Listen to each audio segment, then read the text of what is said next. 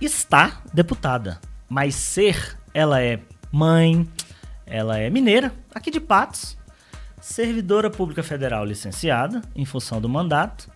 E hoje a gente vai trocar uma resenha aqui para saber se essa ideia de renovação que ela carrega é firme mesmo. Hoje eu recebo a parlamentar Júlia Lucy. Oi, boa noite. Oi! A hora que você quiser. Tá gravado, relaxa. Tudo bem, gente? Ótimo dia pra gente. Prazer estar aqui. Todo meu. Obrigado por ter vindo. É um prazerzão receber você aqui. Obrigado. A gente sabe que a agenda do parlamentar é cheia. Nem sempre dá pra conciliar e de cara você topou vir. Te agradeço mesmo. Inclusive, essa parece ser uma tônica, uma marca sua, assim, de estar nos espaços de debate público. Isso é muito legal. Adoro. Né? Você traz isso, acho que da sua juventude, esse lado digital muito forte, né? Uhum. Queria que você começasse, sem se limitar, se definindo aí. Mulher, liberal, de direita, fala aí. Quem é você? Eu gostei quando você falou que estou deputada, né? Porque sim. é isso que eu friso o tempo inteiro. Sabe? Tem todo um conjunto, assim, de ações que as pessoas mudam muito quando chega deputado, pro bem e pro mal, tá? Sim. Tem gente que Imagino. maltrata também, que tem super preconceito, que fala assim, deputado, tu é bandida. Então é falsa. Então é duas caras. Então, assim, o título, ele traz o lado bom e o lado ruim ao mesmo tempo. Tem muita gente que fica assim, deixa eu fazer isso pra você, deixa eu fazer aquilo pra você. E isso é uma coisa que é muito estranha pra mim, né? Então, é importante, eu faço esse exercício diário, assim, de lembrar que é passageiro, né? Mesmo porque é muito desgastante. Sim, sim. Né? Eu tomo cuidado para manter o mais próximo possível meu estilo de vida que eu tinha antes, porque eu tenho hoje. Mas, assim, eu adoro trabalhar. Eu sou uma pessoa realmente viciada em trabalho. Workaholic. Mesmo, literalmente. E não falo isso com orgulho, não, porque todo vício é ruim. Sim. Né? Eu falo como algo que eu já percebi que eu preciso trabalhar, né? Então, tô num processo de colocar limite. Lógico. Né? Assim, buscar respeitar um pouco da pessoa. E nem sempre né? é fácil buscar esse equilíbrio, né? Você é mãe também, sua irmã é muito nova. E aí agora, querendo ou não, por mais que você esperasse essa carreira política, muda tudo, né, Júlia? De uma hora pra outra. Olha, eu até tô escrevendo um livro sobre isso, Sim, sabe? quero que você fale Assim, dele porque também. eu gostaria muito que alguém me dissesse algumas coisas que hoje eu sei, mas ninguém me falou quando eu fui eleita. Então, por exemplo, uma coisa que é básica. O político, pelo menos eu vou falar do sério, tá? Vai Do lá. comprometido. Vai lá, que há muitos. Que há muitos. É uma máquina de resolver problema. Então, assim, no momento que eu pego meu celular, a minha última olhada no celular, eu estou resolvendo algum pepino. Tem né? Pequeno, tem o médio, tem o grande, tem a beira da morte, tem de tudo. Mas Problema é o dia de toda e qualquer dimensão. inteiro. Né? E assim, quando eu estava de fora da política, a vida não era assim. Né? Meu emprego no Conselho Nacional de Justiça, eu sou servidora desde meus 18 anos, então eu tenho uma caminhada no serviço público. Ele, querendo ou não, você tem a hora que você chega, a hora que você sai e acabou ali. Às vezes eu acho que o político sente falta de bater o ponto, né? Da Nossa, vida lá atrás que você tinha. Não existe. E assim, com as redes sociais, não tem essa história. Sair da Câmara, agora acabou. Não. Não tem. É 24 horas por dia. As pessoas acessam nas redes sociais e estão certas, né? Ainda mais a minha plataforma é essa, né? A gente vive uma vida hoje muito vigiada também, né? Então a gente tem que, até esse tipo de limite, a gente tem que nos impor e impor, as pessoas às quais nós prestamos conta, né? Só que a questão é que é o seguinte, o político, ele busca voto. Sim. E isso, não há nenhum problema nisso. Não. Tem gente que fala assim, mas você tá aqui porque você quer voto. Eu falo assim, também. Porque eu só fui eleita porque eu tive voto. Óbvio. E quero ter mais. Óbvio. Né? Então, quando você precisa colocar limite, ainda tendo que buscar voto, aí é que é a questão. A linha é muito fina. Muito. Porque tem gente que, assim, vai cruzar com você na rua e falar, é a minha oportunidade de falar. E aí a pessoa quer discorrer sobre todo o problema dela naquele momento, só que às vezes você não pode. Geralmente você não pode. Inclusive, você tem equipe, né, para pegar, estudar o caso e tudo mais. Então, assim, para você ir falar assim, olha, vou acolher você, vai lá no nosso gabinete no dia tal, tal. E a pessoa te segura. Sim. E você fica naquela de ter que... Então, assim, é uma máquina de resolver problema. No início, isso me irritou, confesso. Imagino. Me irritou porque até mesmo as demandas, né? O que se espera de um parlamentar é muito além da função real do parlamentar, né? É outra questão também que eu tive que virar a chavinha, porque às vezes as pessoas me demandavam coisa e eu olhava assim, isso não é função minha. Vamos com calma. Porque tem muito essa cultura do brasileiro, assim, o parlamentar, ele não é um parlamentar, ele é um padrinho. É bem diferente. Um padrinho de um parlamentar. Completamente diferente. O padrinho, ele está inserido numa cultura ainda muito patrimonialista. Sim. No sentido de eu uso o meu poder para cuidar dos meus. Enquanto que, se a gente estivesse num país com menos cultura patrimonialista, o parlamentar eu uso a minha função para pensar no todo. Sim. Né? Exatamente. Mas, enfim, eu me adaptei a isso. Falando assim, parece tão simples, né?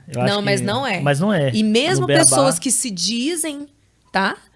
Com essa visão republicana, mesmo essas pessoas. Imagino. Quando passam numa situação, falam, eu quero a minha madrinha. Imagino.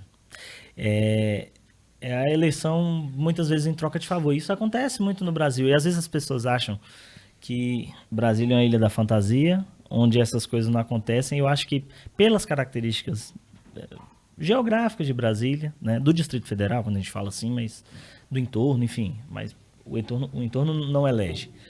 Mas eu acho que torna-se ainda mais difícil aqui dentro, né? Você está muito próximo. Muito próximo. E isso que, assim, as pessoas acham que Brasília, o DF todo é muito rico. Exatamente. E não é. Acha que todos aqui são servidores públicos. E aí, cara, o começo da sua fala me chamou muita atenção, porque existe uma coisa que me entristece hoje. Eu gosto muito de brincar. Esse é o Tarek que trouxe o café.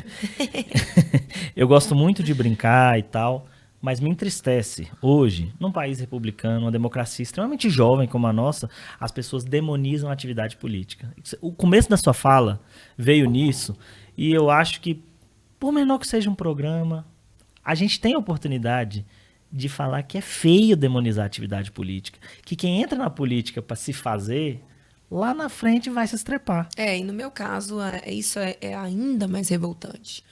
Porque eu não tenho nenhum contrato com o governo. Eu não tenho nenhuma empresa que tem qualquer tipo de conexão com o governo. Uhum. Eu realmente pago para trabalhar, né? Todas as despesas do mandato, eu banco. Então, assim, eu entrei e vivo uma missão. Uhum. E eu realmente faço tudo que eu tenho que fazer. Se você falar assim, Júlia, você vai dormir 3 horas por noite, geralmente é o que acontece, 3, 4 horas, para conseguir. Poder correr. Eu faço. Então, quando alguém já chega atirando as pedras, assim, por coisas que outras pessoas fizeram, é muito ruim. Só que estigma, a pessoa, né? não percebe que ela mesma tá perdendo muito. Né? Porque, assim, quando você tem a oportunidade de estar com um parlamentar que é sério, aproveita. É isso que eu digo, assim, faça parte do mandato. O nosso mandato é muito rico, porque as pessoas encaminham muitas sugestões pra gente. Uhum. Né? A nossa rede é como se ela fosse uma esponja. Então, as pessoas acompanham e falam assim, olha, Júlia, por que você não faz isso? Por que você não faz... Então, a gente já avançou tanto por causa dessa inteligência coletiva. Sim. De pessoas que decidiram não me olhar como uma bandida, mas como uma servidora. Exatamente. Então, elas têm um mandato para impulsionar as ideias. As pessoas, às vezes, veem o político como um agente político, mas se esquecem que ele é um servidor. Exato. Você é uma servidora pública licenciada do CNJ. Aliás, você já passou por todos os órgãos do Brasil. A pessoa foi para a Polícia Federal. Já passei. Legal, isso é muito bacana. A caminhada tenho certeza que isso te deu uma base muito legal para trabalhar na política, porque você estava, né, lidando com a causa pública também. Eu sou do tipo que eu reviso os ofícios que a gente passa, eu corrijo vírgula. Isso é muito legal. É num nível, assim, que o olhar de ter vivido a administração pública fortalece muito o mandato também. Uhum. Sim, porque sim. Tem muita coisa que chega pra gente, as pessoas falam assim, olha, esse projeto tá parado há 30 anos, ou então 15 anos, você não vai conseguir, porque é muito difícil. Uhum. Falo, então tá bom. Peraí que eu vou peitar o desafio. E aí, gente, a gente estuda, a equipe inteira veste a camisa, e aí a gente sempre descobre, então amarrou aqui, vamos destravar aqui, vamos destravar. Então, a gente faz um trabalho muito além, sabe? Assim, a própria conexão entre os órgãos do executivo. Então, por exemplo, O pessoal de Águas Claras, a gente quer muito uma UBS lá. Sim. Lá não tem nenhuma. Não tem nenhuma. Né? Eu sou morador de Águas Claras. Então pronto, saiba que a etapa que a gente está hoje, e eu trabalho nisso desde o início de 2019, é fazer com que a Terra Cap ceda o terreno à Secretaria de Saúde.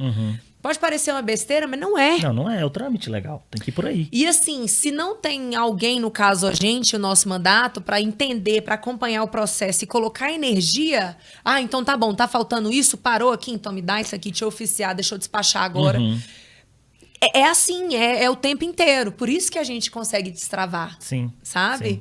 É pelo esforço, é pela insistência. E assim, a gente falando disso, eu vejo que você tem um mandato marcado por comprar muito esse barulho da causa social, da causa feminina. Eu vejo que eu acho que tem a ver o fato de você foi muito nova, né? E esse é talvez um impacto tão grande ou muito maior na vida do que entrar numa carreira política e, meu Deus, olha aqui, é tudo novo igual, né? O que a gente... Não dá para listar aqui, não é taxativo, mas o que a gente ainda precisa avançar nessa pauta feminina, sabe? A gente tem temas em voga aí, muita bola quicando aí, sabe? A nível nacional, a nível local.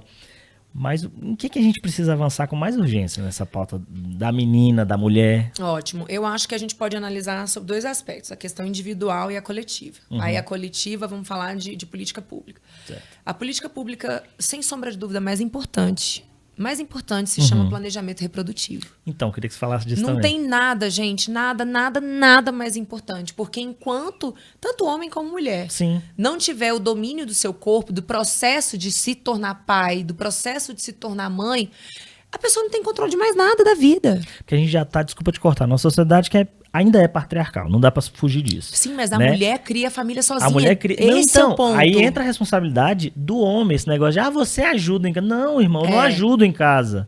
O casamento é uma sociedade. Minha esposa tá ali, ela vai gostar disso. Mas é verdade. O casamento é uma sociedade. Você ajuda em casa? Não, eu faço a minha parte em casa. Exato. Né? Mas a gente ainda tem um processo para muitos homens ainda começarem a acordar para isso. Não, sim, a consciência ainda é muito... Mas está acontecendo. Né? Então, assim, em termos de política pública, é inconcebível hoje uma pessoa buscar ter acesso a um método contraceptivo e não conseguir. Certo. Eu tenho histórias assombrosas, assim, de mulheres com 5, 6 filhos querendo fazer a laqueadura, tendo, inclusive, conseguido percorrer o processo burocrático, que é super extenso e chato, né? E o médico chegar na hora do parto e falar assim, não, eu não vou fazer sua laqueadura, porque você é nova. É um absurdo, na minha opinião, isso é um crime, entende? Porque você coloca uma pessoa para decidir sobre a vida da outra. Isso. Então, eu posso falar, a pauta do planejamento reprodutivo nunca foi trabalhada em Brasília. E no Brasil, muito mal trabalhada. Então, né? se eu refizer a pergunta, em que a gente precisa, com urgência, avançar nisso, você iniciaria nesse beabá? Do ponto de vista de política pública, sim. A gente colocar uma célula da Secretaria de Saúde dentro das escolas. Porque você acha que criança e adolescente vão buscar atendimento na UBS? Não vão.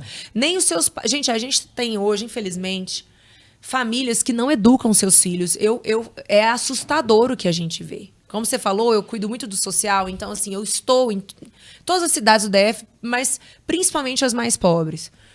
Muito pai, muita mãe abriu mão do seu papel de educar. Não existe não mais, não existe controle, não existe limite, não existe carinho também, né? Então, assim, não existe essa cultura de buscar atendimento na rede pública, mesmo porque quando se busca, não funciona. Então, as pessoas já não acreditam mais. Então, o caminho... Total, o caminho correto é a saúde ir para dentro da escola. E lá, essa criança ser acompanhada desde o início. Você acha que isso poderia diminuir, sei lá, até a evasão escolar? Lógico, com certeza. Imagina você fazer acompanhamento ali daquela criança, né? Eu percebi que ela começou a engordar muito. O que aconteceu? Eu percebi que ela tá mais arredia. O que aconteceu? Né? Manter esse contato para você conseguir agir em outras frentes. Entendi. Porque hoje, de verdade, eu não confio mais nas famílias, muitas famílias, para fazer esse papel.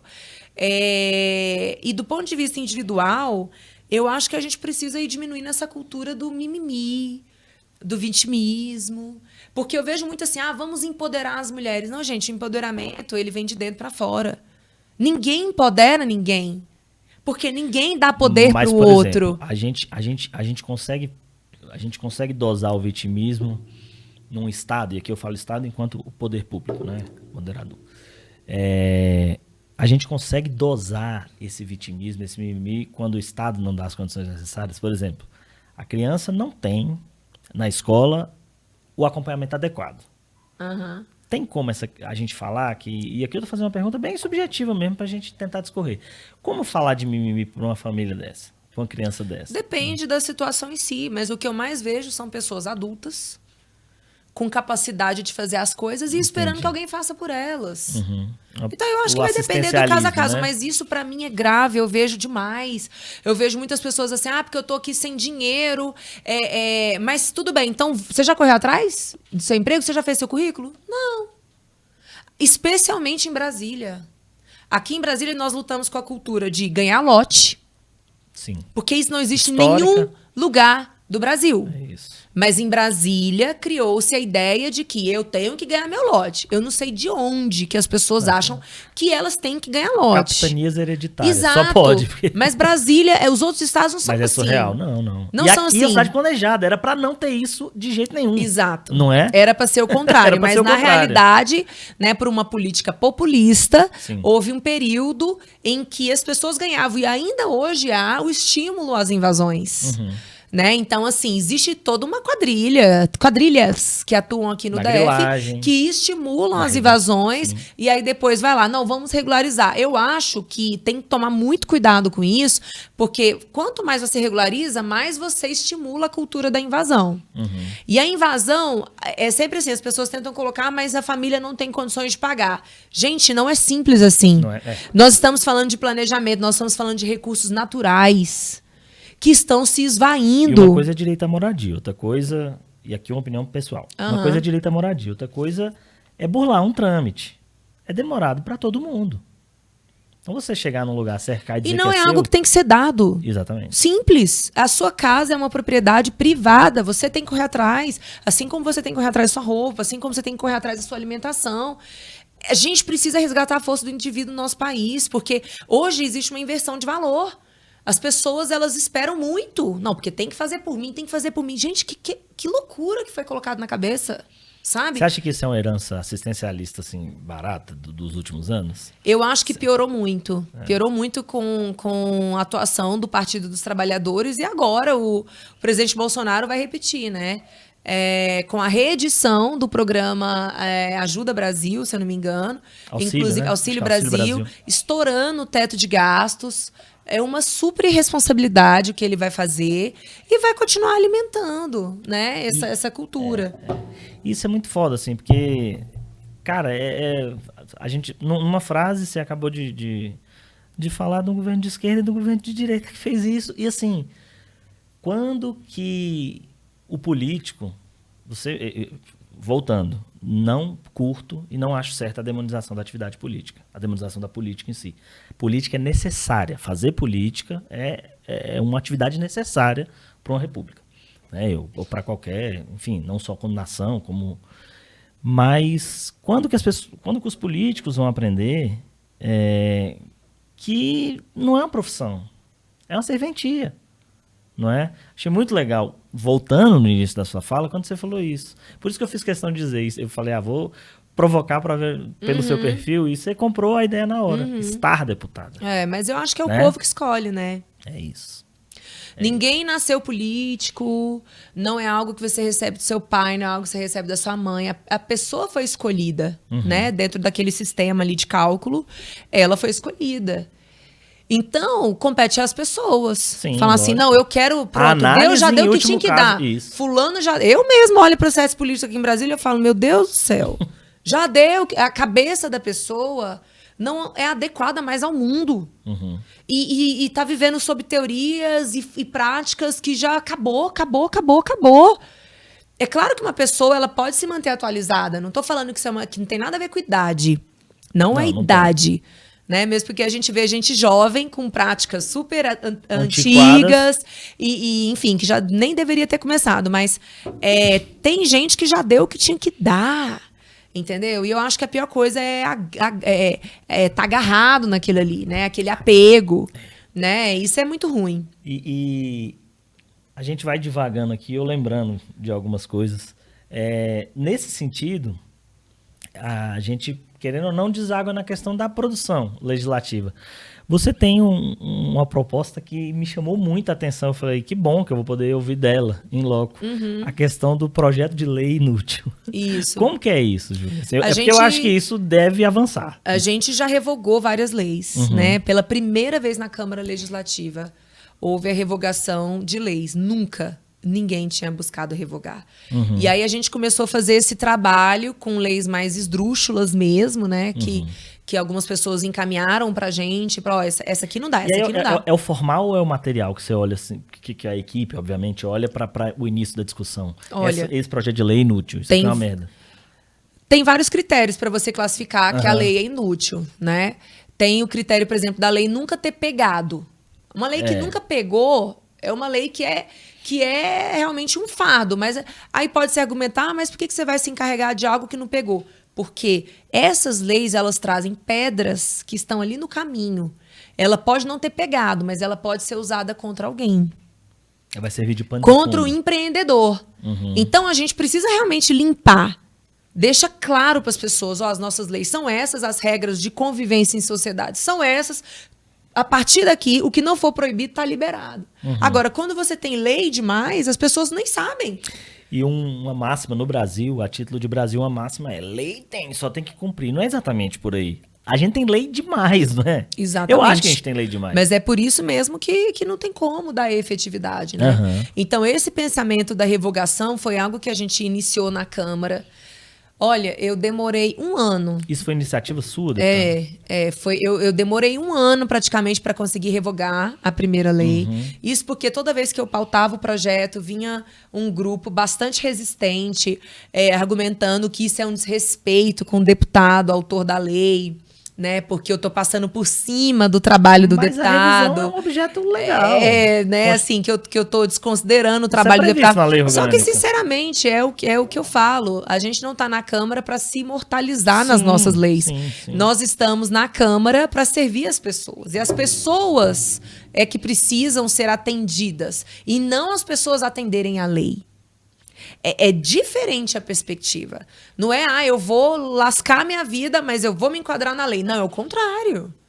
A lei, se ela existir, ela tem que vir para facilitar a sua vida. Senão, não tem a lei. Né? Então, assim, a gente já conseguiu fazer algumas revogações. Eu tenho muito orgulho de dizer disso. E há muitas outras que a gente ainda está trabalhando. E aí depende do momento político. Tem aquela leitura de plenário. Né? Dependendo do assunto, eu já sei que tem colega que não vai votar comigo. Então, política você tem que estar ligado em tudo. Assim, não tem nada estanque. Não tem um planejamento. Eu vou trabalhar dessa forma. Você pode ter um norte. Mas se você não tiver flexibilidade, você não tem resultado no trabalho. Entendi. Bacana. Basta dar um Google assim para ver que seu nome, assim, você é de um partido novo, o Novo, né, uma sigla nova, que vem com uma proposta interessante, moderna. E basta dar um Google assim para ver que seu nome é bem ventilado no partido. Vou te fazer uma pergunta agora para talvez, vou te apertar um pouquinho. Você foge um pouco do perfil do político médio, brasileiro, não estou falando brasiliense, né, distrital, brasileiro. Por quê? Porque você já é servidora pública, você, quando sair da política, se optar por sair, você tem uma carreira que você vai seguir. O que você pensa em termos de política, ano que vem ano eleitoral e tal, mas o que você pensa em termos de política? Quais são que voos que você quer alçar? Assim? Você já tem isso em mente? Não, se você me falar que, eu tô agora no mandato, eu tô pensando nisso, todo mundo pensa um pouquinho na frente. Com certeza. Eleição a gente calcula pelo menos as 2 próximas, né? Tudo.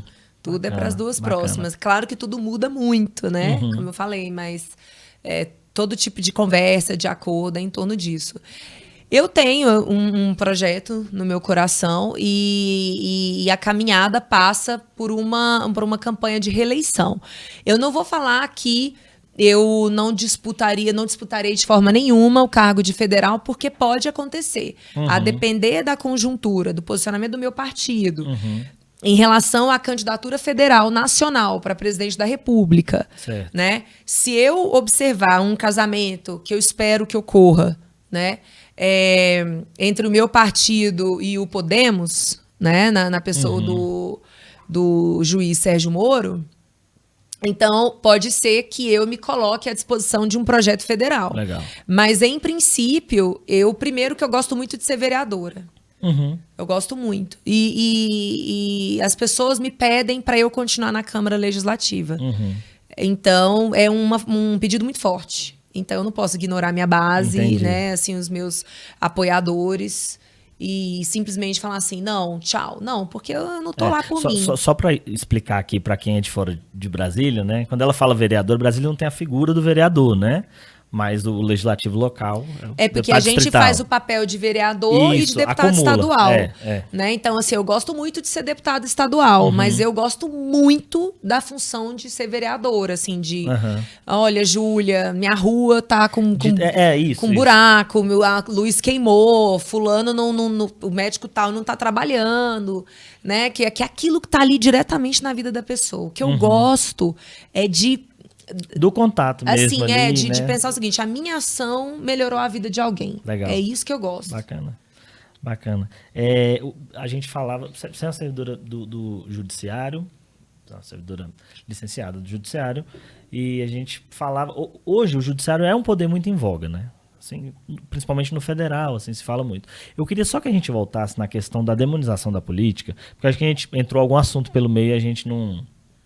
Eu não sei se eu te fiz a pergunta mais básica, que é assim, como você vê isso tudo? Obviamente eu sei que não é de forma positiva, mas essa demonização tem aumentado com a polarização nacional que a gente vive.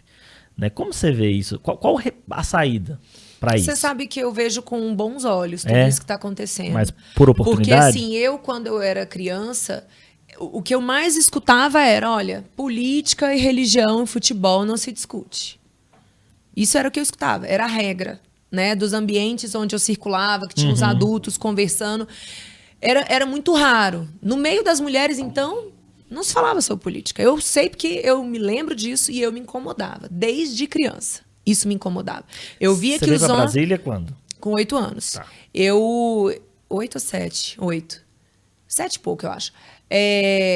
Eu via que tinha o grupinho dos homens, o grupinho das mulheres. Os homens ainda, vez ou outra, tangenciavam algum assunto político, mas a mulher jamais.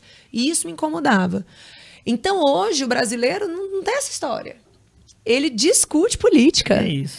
Ele tá na mesa do bar, onde ele for, ele vai falar, e é natural que esse amadurecimento seja acompanhado de traumas. E uma coisa que eu estou observando é que as pessoas estão muito cansadas desse excesso de violência. Né? Isso, com certeza. Muita gente fala assim, gente, eu não aguento mais brigar. Tudo bem, você pensa dessa forma? Tudo bem, pode pensar. Eu penso assim, sabe? Sei. Essa busca de pacificação...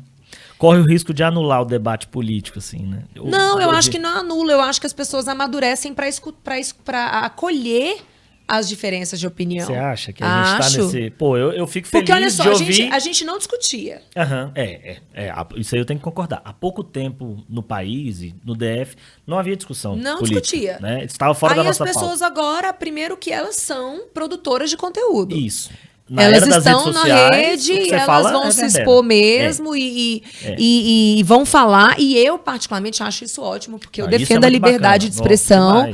Né? Que bom que a gente pode escolher os canais que nós vamos seguir. Que bom que a gente mesmo pode falar o que a gente pensa, porque antes não era assim.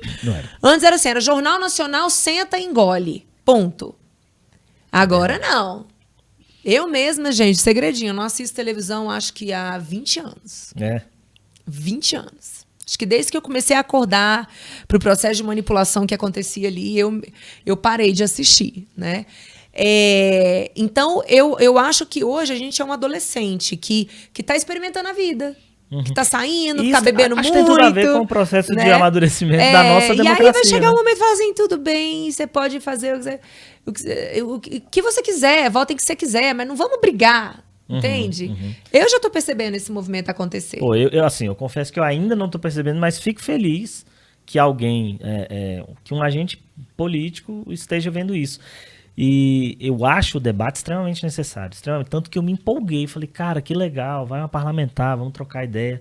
Porque eu amo esse debate político, esse debate público, né? Te admiro, inclusive, por ser Obrigada. As redes estarem sempre, né, abertas, esse diálogo seu, parece que é uma coisa bem inerente a você mesmo. Mas não consigo ver ainda a caminhada rumo a esse amadurecimento. Isso me entristece.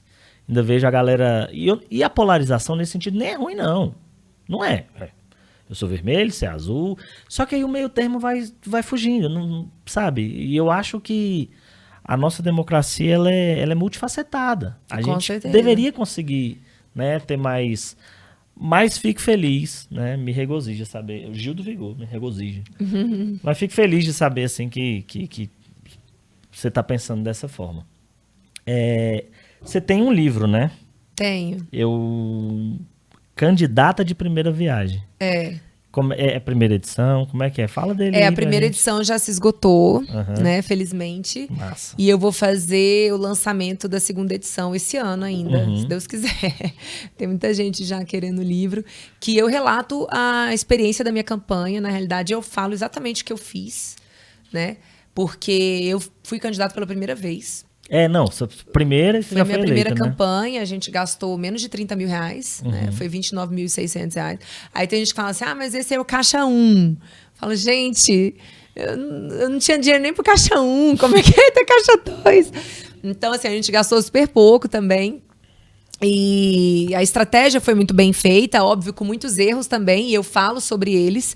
E a nossa ideia é exatamente mostrar para as pessoas, né, que, olha, tem vontade de ser candidato? Seja. Isso. Sabe? Isso. Tá aqui uma proposta, tá aqui um manual, né? É manual do candidato de primeira viagem, do anonimato ao mandato. Você não tem noção do tanto que eu fico feliz. Cara, eu adorava, assim, eu fico muito puto agora quando eu olho e não tem mais aquele horário político bacana, tipo, fulano da feira do Vicente Pires. Aquilo era sensacional. Mas aquilo mostrava o que é a democracia. Eu cumpro os requisitos, eu posso me candidatar. Se eu vou ter um voto, o camarada tem que ter pelo menos 2, né, bicho, se ele for casado, porque pelo amor de Deus, ou tiver um filho. Mas assim, eu vou me candidatar. Tinha muita aventura, tinha muita palhaçada, muita coisa ali de anarquia, assim, mas era muito bacana, né? Hoje, inclusive, a alteração que houve na legislação eleitoral, ela veio para dificultar a vida dos novos candidatos. Isso aí é uma tristeza. O sistema, ele é um sistema vivo mesmo, né? Então, assim, em 2018 a gente teve uma eleição totalmente aberta, as pessoas queriam outsiders e era bem mais fácil, assim, uma pessoa... Foi a eleição dos outsiders, né? E aí esses outsiders, nós entramos e, obviamente, bagunçamos o sistema, né? Porque não é fácil colocar cabresto em quem veio totalmente fora, não é tão simples assim. E aí o sistema reagiu com o seu... antígeno, né? Não, então beleza, eu já vi que não dá muito certo colocar muita gente nova, vamos fechar. E aí agora as regras do jeito que estão dificultaram muito, né? Porque antes, por exemplo, para deputado distrital. Você fala do coeficiente. Também. Olha, antes, em 2018, o partido podia lançar 1,5 vezes o número de vagas da Câmara Legislativa. Isso. Então, no caso, 24 vagas. Né? Seriam 36. O partido podia lançar 36 candidatos. Agora, não. Agora, 100% mais um. Ou seja, 25. Então, é o seguinte, os partidos eles já começam a ser criteriosos. Eles não vão querer pegar uma pessoa de 300 votos. Não vão, é difícil, né? Então... A pessoa já vai ter que ter demonstrado ali, ela já vai ter que ter sido testada na urna, ou então ela vai ter que conseguir mostrar que ela consegue ter um número de repente, médio, né, de votos. Dessa, a Júlia nem estaria hoje na Câmara Legislativa, né? Do jeito, as regras de hoje eu não teria entrado. Mas, Júlia, você acha que isso não favorece a cacicagem? Tipo, a galera claro, né? Mas foi feito para isso, inclusive para fortalecer os partidos maiores. É velha política. Para fortalecer os maiores. Ontem mesmo eu estava conversando com um parlamentar, não vou falar qual partido, não vou falar quem, obviamente. Eu sei quem é, mentira. Não sabe. E, enfim, mas é de uma linha política muito diferente da minha, né? E ele fez um convite para eu ir pro partido dele, né? E aí falou assim, olha, nós vamos fazer 3 distritais Então, você pode ficar tranquilo que você vai entrar, mas a condição é que você apoie a pessoa tal para federal.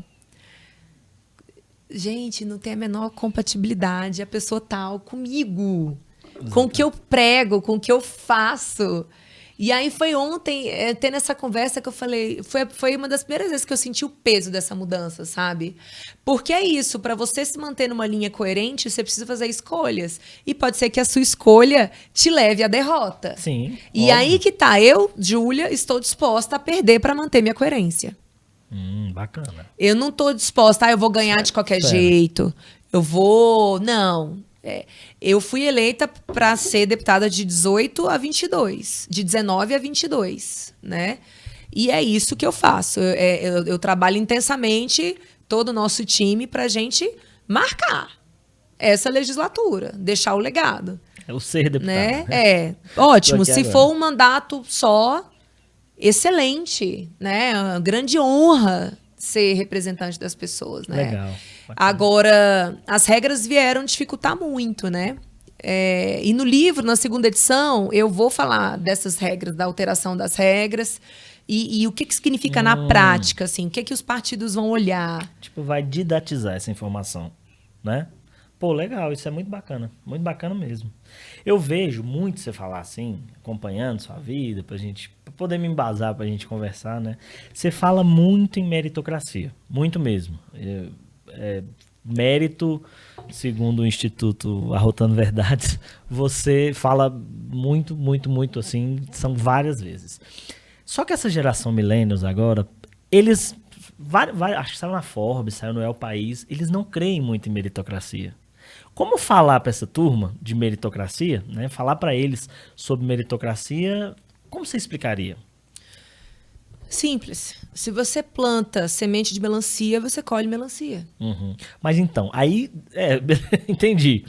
Mas... porque quando a gente fala, eu nem gosto de usar a palavra meritocracia, porque tem palavras que por causa do debate político, elas já ficaram estigmatizadas. Não, sim, já se criou então, uma meritocracia, uma conotação... quando você fala, aí as pessoas já fazem associação com tais valores, e eu não estou afim de discutir em torno da associação que a pessoa fez em relação à palavra, né? Mas o que eu gosto de falar é a cultura do trabalho. É a cultura do esforço. Eu acredito, eu vivo isso, né? Eu aprendi a viver dessa forma e eu estimulo isso sim ao meu redor. Então é bem isso que eu falei. Planta semente de melancia, colhe melancia. Não tem como você ficar ali na vida tranquila achando que você vai ter uma vida boa e depois não venha querer que o Estado te banque. Então, gente, eu ia chegar aí. Deixa eu falar uma coisa. Deixa eu falar uma coisa que falta muito esse raciocínio lógico.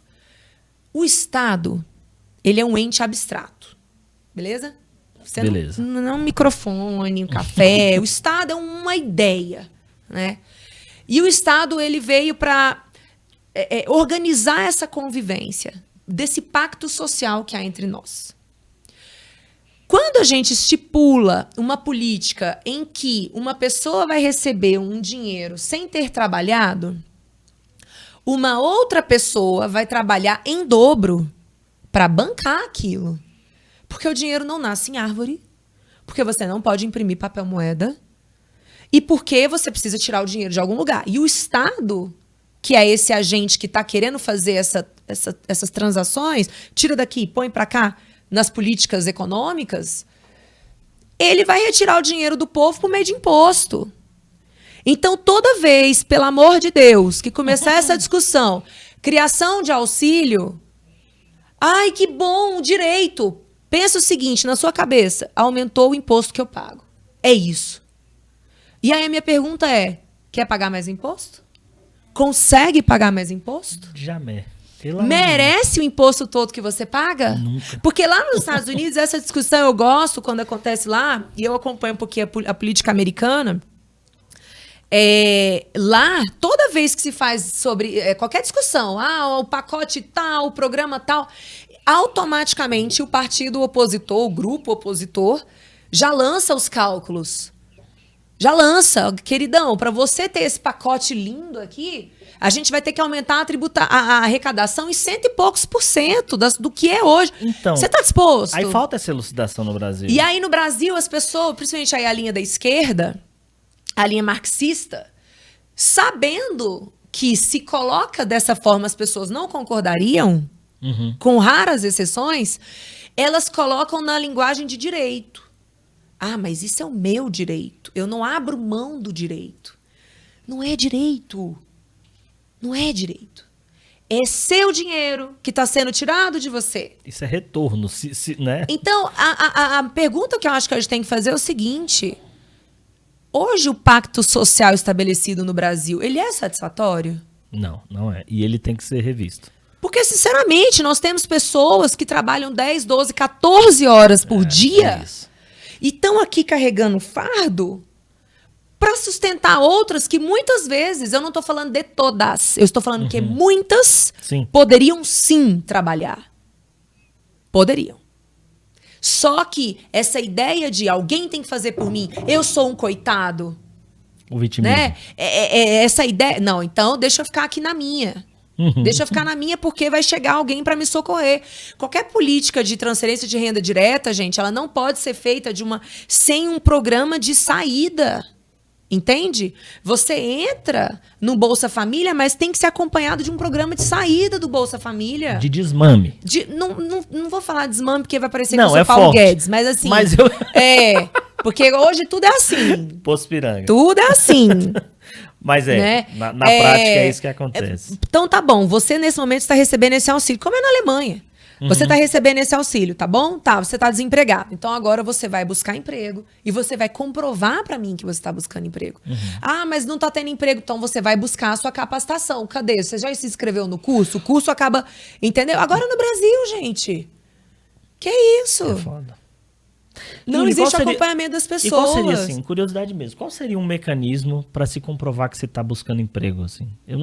Você vai fazer uma entrevista, você pega um certificado, um comprovante. Eu fiz a entrevista. Ah, tá. Né? Ou o próprio empregador, fulano, esteve aqui. Veio, exatamente. Identidade tal, CPF é assim tal. que funciona. Fulano tá aqui frequentando o curso tal.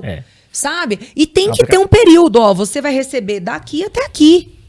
Depois disso, até não lá, tem irmão, mais. você aprende a andar com as próprias pernas, porque depois... Porque é isso, gente. A gente criou... Eu falo abertamente, porque eu vejo isso na rua. Qualquer pessoa que estiver abrindo uma empresa no DF vai ver a dificuldade que é ter mão de obra. Ter mão de obra comprometida com o trabalho. Porque a gente querendo emprego é muito fácil. É o que mais tem. Querendo trabalhar são outros 500. Então, a defesa que eu faço não é da meritocracia, porque a gente traz uma discussão que vai falar sobre igualdade de oportunidades, enfim. O que eu digo é cultura do trabalho. Se você nasceu pobre, se você nasceu rico, trabalhe. Não seja parasita. Não seja parasita da sua mãe, do seu pai, do seu esposo, da sua esposa, muito menos do cara que tá aqui do lado bancando com o imposto dele. Isso tem nada a ver com a sua vida. É isso. Entendeu? Então, o que eu prego é a cultura do trabalho. E outra coisa, ninguém chega no topo, gente, sem pagar preço. Que as pessoas também... É isso, né? Eu quero chegar alto, eu quero ganhar bem, eu quero ter o cargo tal. A pergunta que a gente tem que se fazer é...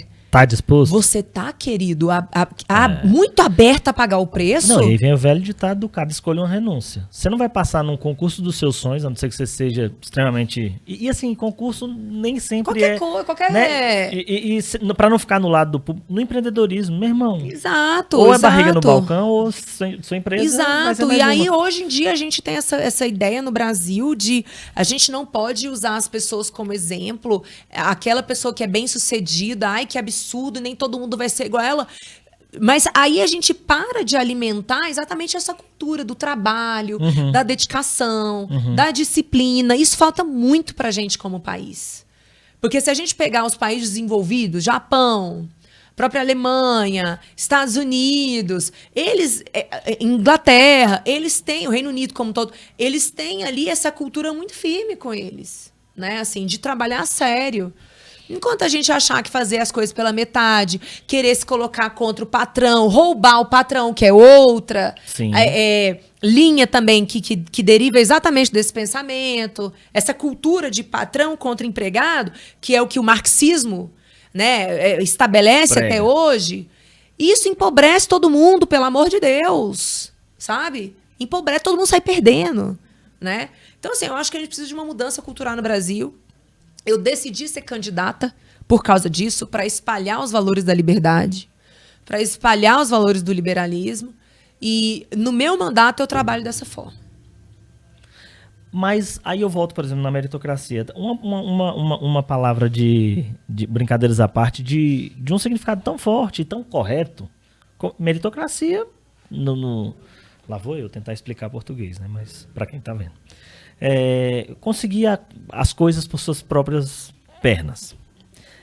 Aí a gente não poder usar porque estigmatizou é chato, né? Porque é meritocracia. Você trabalhar, seja passar no concurso, seja não ter 3 anos sem férias com a família porque tá tentando subir um negócio, né? É meritocracia. É tão ruim, isso foi só um desabafo, a estigmatização tá negativa chato das palavras, não é? Tá muito chato, assim, o discurso do politicamente correto. Isso. Você não pode falar meritocracia, você não pode falar gênero. É uma palavra que também foi demonizada, e foi demonizada pela outra banda. Uhum. E por aí vai, outras palavras que... Privatização.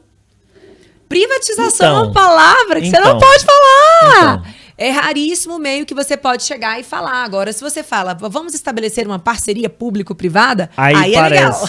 Isso. Mas é privatização. E a PPP é privatização. Então, assim, o problema todo vem exatamente da falta de conhecimento que a gente deveria combater dentro da escola, né? Mas... Júlia, a gente está caminhando, não no ritmo que deveria e talvez não na forma que deveria, caminhando para sair da pior crise, assim. Na área da saúde, a gente está caminhando para tentar sair, mas os reflexos econômicos, você é uma crítica voraz do que eles têm deixado, do que eles têm feito, né? Como que a gente, perguntando aqui de um cidadão para uma agente política, como que a gente consegue, cara, vencer essa dicotomia de um lado, o cara quer ficar com o bar aberto até mais tarde, ele tem que ficar para trabalhar, só que do outro, a gente não pode abrir, porque isso pode propagar o vírus. Qual é o meio termo nisso aí, na sua opinião? É sempre o bom senso, né?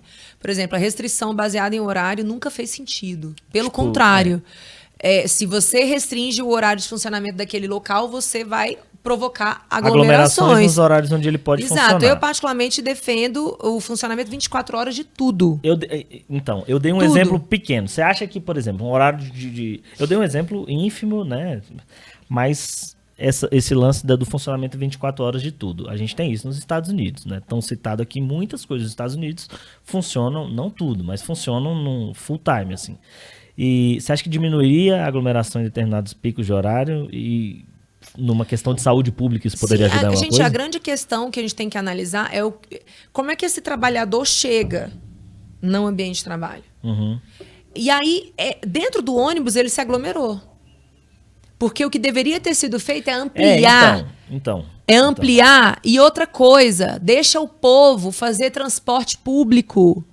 Por que um privado não podia ter entrado agora no auge da pandemia, pegado seu carro e ter feito corrida? Por que as vans escolares que estavam paradas, porque a escola pública principalmente estava fechada, por que essas vans não podiam ajudar no transporte coletivo? Não, aí você coloca restrição para o bar funcionar, mas aquelas pessoas se aglomeram dentro do transporte público, que por acaso teve um número de carros limitado. Mas assim, você fala, por exemplo, nesse lance do transporte, só pescando aqui... Metrô tava de greve. Isso aí, gente, a questão do metrô foi raciocínio lógico básico, assim. As coisas precisam continuar funcionando porque as pessoas precisam ter dinheiro. Se tivesse havido o seguinte, um programa, como houve em Portugal, um programa de... Fulano ganha, em média, 10 mil por mês. Eu vou falar uma coisa polêmica agora, mas eu vou falar. Vai, adoro. Fulano ganha 10 mil por mês. Para eu falar para essa pessoa ficar em casa, eu tenho que dar 10 mil. Para aquela pessoa ficar em casa e não ter nenhum... Porque o padrão de vida dela é baseado naquela renda. 10 mil, certo. Então, o aluguel dela é mais alto do que alguém que ganha 1.000. Né? Então, assim, você deveria ter sido pensado o seguinte, beleza, eu vou queimar dinheiro por uma boa causa? Certo. Então, vamos queimar dinheiro, vou me endividar, inclusive foi feita essa autorização legislativa, mas eu tenho que ser coerente. Fulano, para você ficar em casa, querido, eu vou ter que bancar você em casa. Porque não venha falar pra você ficar em casa, eu não posso falar pra você ficar em casa e deixar você a míngua. Então, mas aí eu não entendi. Aí você fala, vou pra ti, por hashtag fique em casa, eu vou ter que... Você fala enquanto poder público? Sim. Como que isso seria feito? O lockdown, ele pode funcionar se todo mundo ficar em casa. Mas isso não aconteceu em lugar nenhum. No mundo, em alguns lugares, não, em sim. alguns lugares... Sim, é claro que nós temos algumas atividades, por exemplo, da própria alimentação. Você tem que ter mercado funcionando. Não tem como. Agora, uma coisa é você colocar um mercado funcionando, né? Tem a logística ali de distribuição, né? Da produção. E outra coisa, não pode ser muito longo, porque começa a faltar produto. Hoje, a gente está vivendo parte da explicação da inflação do que a gente vive é exatamente porque vários estoques foram zerados. Vários. Quem for fazer uma obra hoje vai sentir na pele a diferença de preço da compra dos insumos. Porque muitas fábricas pararam de funcionar no mundo, né? Então, a gente... quanto maior a demanda e diminuiu a oferta, né? tá ali paralisada, o preço do produto vai aumentar. Então, assim, o lockdown, ele poderia ter funcionado se ele tivesse sido avisado com antecedência, ele tivesse tido uma data estabelecida de início e fim. Ah, tá. Então, assim... Porque as pessoas, elas só vão obedecer se elas verem lógica naquilo. Lógico. E eu falava isso na Câmara. Eu falava, gente, na boa, isso é impossível de ser obedecido. Eu falava isso. Por isso que eu fui contra. Eu fui contra e fui a única. Mas você foi contra o modus operandi do lockdown. Claro. Como ele se deu. Sim, tá. sim. Porque não tem como eu esperar um resultado bem feito de uma coisa que foi mal feita, né? Não, lógico. Então, assim, falar para as pessoas ficarem muito tempo em casa e passando dificuldade, é óbvio que não ia dar certo, né? E tá aí, provado que não deu certo. Eu coloquei no meu Insta, no Insta da Rotando Verdades, uma caixinha de perguntas, como você é muito aberta a essa participação do pessoal e tal. E aí separei 2 perguntinhas aqui, porque nosso tempo não é tão grande, infelizmente. Mas, por exemplo, o Marcos Maciel, quase o nome de ministro, ele perguntou o que você tem em mente, primeiro o que você acha da atuação, né, da regulamentação, como que isso vai se dar, enfim, as próximas etapas, e se você tem algum projeto para o pessoal regulamentação de quê? Transporte por aplicativo. Como você vê a regulamentação atual, né, e se você tem algum projeto nessa área? Tenho, com certeza. A lei hoje que rege esse sistema, ela é uma lei que não está muito positiva para o motorista, né? Eu sou contra intervenção na iniciativa privada, só que eu acho que a gente não pode ser absoluto em nada. Então, eu acho que hoje as empresas elas precisam ter mais imposições, a fim de que a gente consiga assegurar a segurança dessas pessoas, né? Então, para isso, inclusive, eu faço parte de um comitê de segurança, um comitê que foi ideia nossa, dentro da lei que foi aprovada na Câmara, e conta com representantes do Detran, Polícia Civil, Polícia Militar, Secretaria de Mobilidade, enfim. Empresas também fazem parte. E desse comitê vai sair uma carta, né, com assim, pedidos de alteração da lei, né? Como, por exemplo, hoje o motorista, para você utilizar o serviço, não como motorista, mas como usuário, você não é obrigado a cadastrar uma foto sua. Como usuário? Como usuário. Você simplesmente coloca lá... Tipo, você vai entrar lá, não tem... Não exige a foto, né? Então, isso... Grotesco isso, né? Pelo amor de Deus. Mas depois eu te conto qual é a polêmica em torno do tema. Mas, enfim, bom. É necessário fazer isso, assim como também vincular o terceiro, né? Quando você chama para um terceiro, você também precisa vincular quem está chamando. Então, tudo isso que são regras de funcionamento é uma intervenção, sim, na atividade privada, mas não vai atrapalhar o funcionamento do negócio, mas vai trazer o benefício de aumentar a segurança para quem está dirigindo. Agora, tem muita gente que pede assim, Júlia, coloca um valor da corrida. Isso não pode acontecer de jeito nenhum, gente. Tabelamento de preço no Brasil é proibido pela Constituição Federal. Então, esse tipo de proposta, tem muita gente que já trouxe para mim, eu falo, olha, mas o deputado tal disse que vai fazer, o senador tal. Falei, você pode falar com quem, com eles que quiserem fazer, mas assim, eu não minto para as pessoas. Então, a gente tem que trabalhar dentro do que a Constituição Federal prevê. A Constituição é taxativa, não tem tabelamento. Graças a Deus não existe tabelamento de preço no Brasil, né?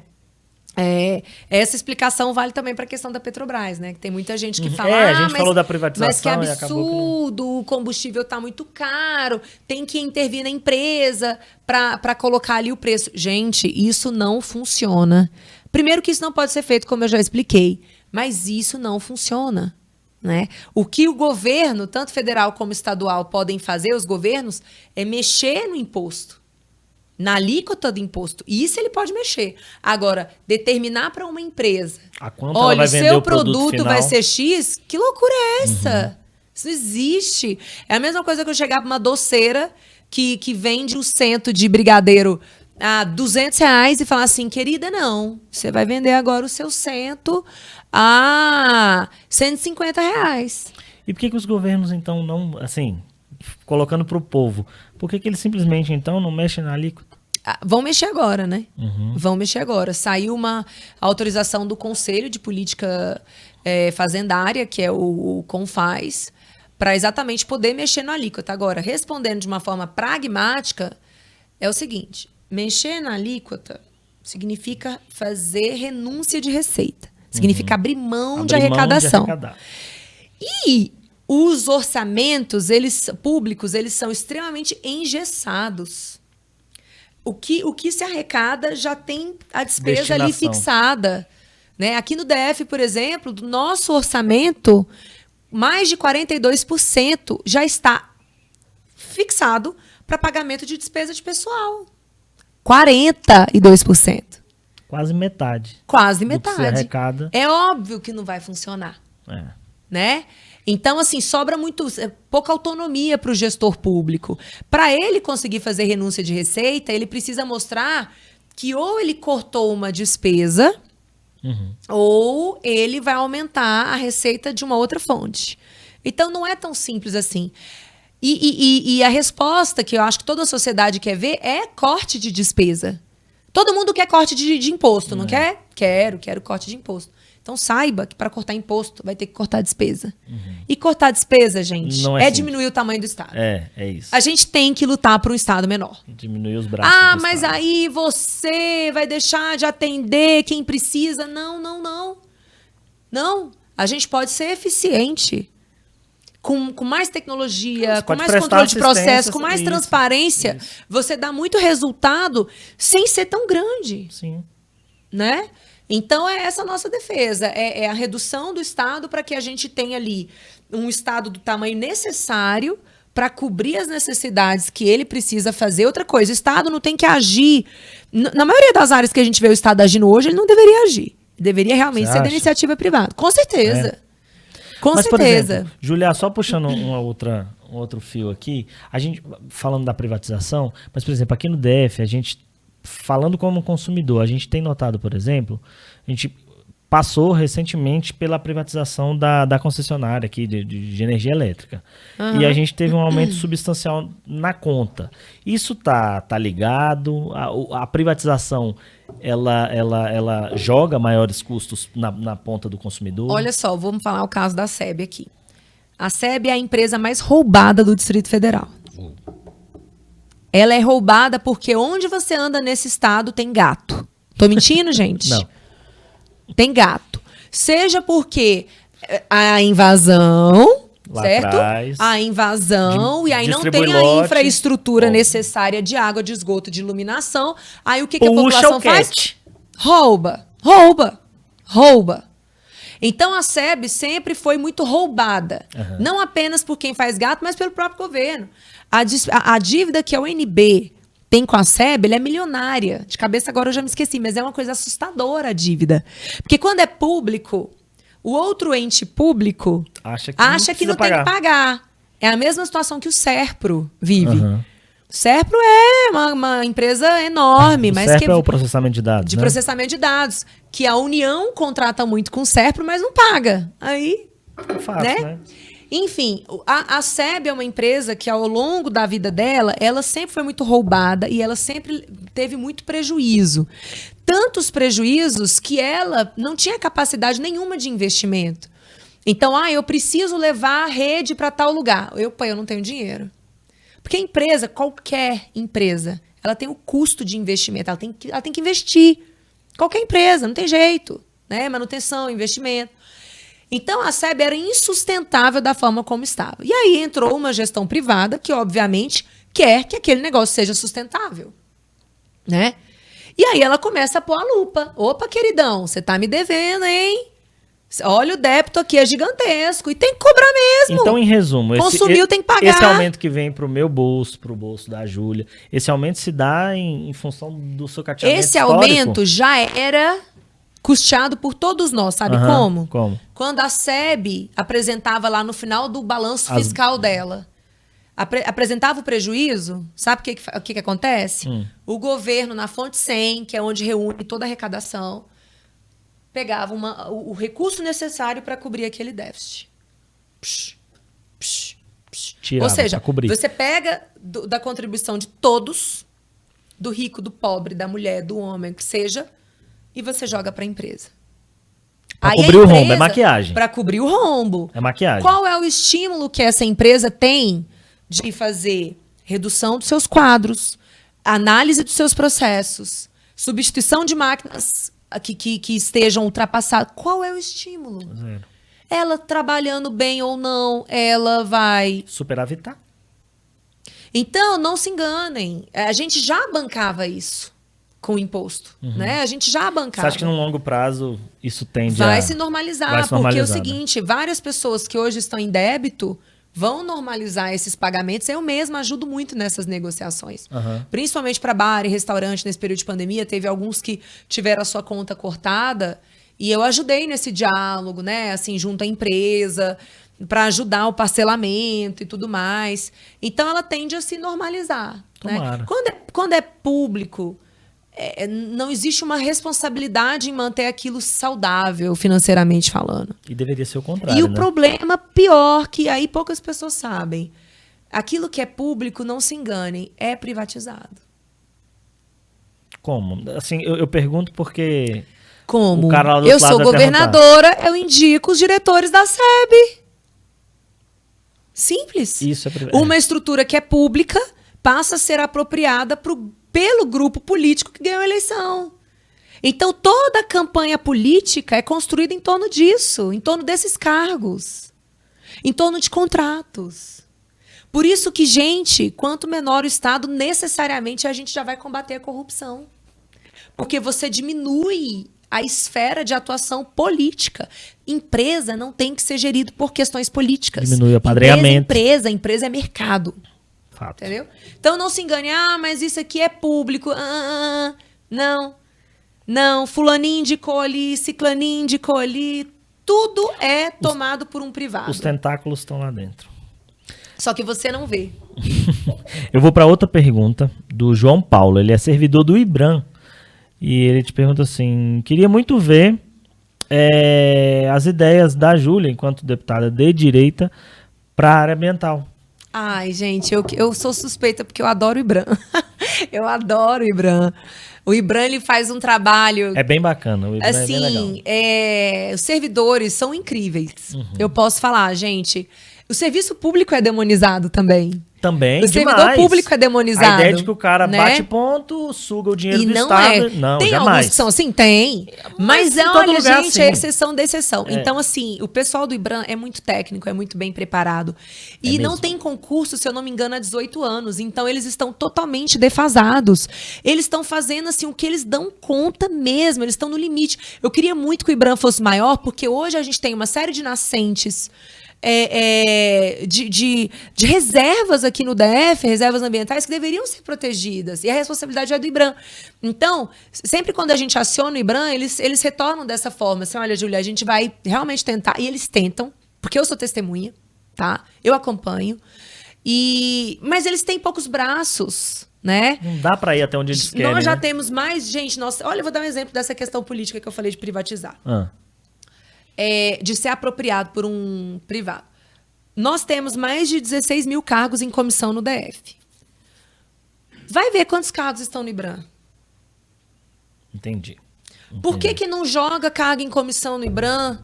No próprio DF Legal precisa. Entende? Porque senão, como é que a gente vai repelir invasão no DF, gente? Entendi. Porque esses órgãos são os principais responsáveis por isso, não é a polícia. Não é a polícia. Não é. A polícia vai depois são esses dois, exatamente. Né? Ali na busca de provas e tudo mais. Então, assim, qual que é a minha visão ambiental? Você precisa ter sustentabilidade, tá? Enquanto for economicamente mais interessante derrubar uma árvore, essa árvore será derrubada. O que nós temos é que conseguir provar que a árvore em pé dá mais dinheiro.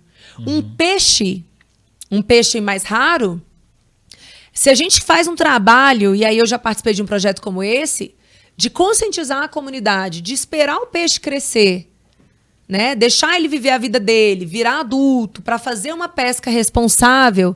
Aí assim a gente consegue a manutenção da espécie, mas ao mesmo tempo a gente garante renda, né? Aí a gente pode pensar em manter as coisas. Porque no Brasil, eu não sou especialista em meio ambiente, mas a visão que eu tenho é que assim, a ideia de preservação é intocável, tem que ser intocável. Aquilo ali é intocável. Cerca a APA. Não entra. Já nos Estados Unidos, né?